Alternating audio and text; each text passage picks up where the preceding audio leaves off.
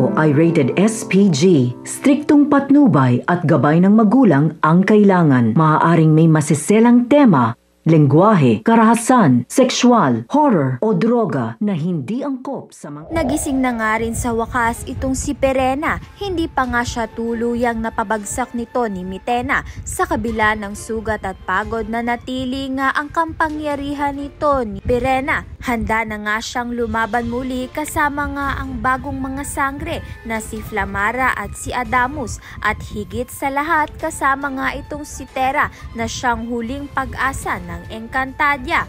Ngayon ngay naganap na nga ang kaarawan nito ni Tera. Siya ay ganap na dalaga na at sa wakas nakamtan na nga rin niya ang kapangyarihang taglay niya.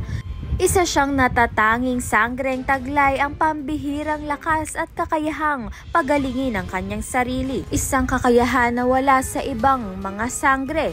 At hindi lang siya tagapagligtas ng Encantadia kundi pag-asa na muli ngang makakabangon ng Encantadia. Habang nananatili pa rin nga itong si Tera sa mundo ng mga mortal, unti-unti na siyang natututo. Lahat ng umapi sa kanya noon ay patang patuloy na nagnanais na siya'y maliitin. Ngayon ngay kayang-kaya na nga ni Tera na labanan nga ang mga umapi sa kanya at ipaglaban ng kanyang sarili. Samantalang sa Encantadia naman naramdaman na nga ni Danaya na paparating na ang kanyang anak na si Tera. Ngunit hindi niya nga ito magagabayan dahil siya ay kinulong nga nito ni Mitena. Kaya naman nga't yan at iba pa ang dapat nating pakaabangan. Maraming salamat sa iyong panonood.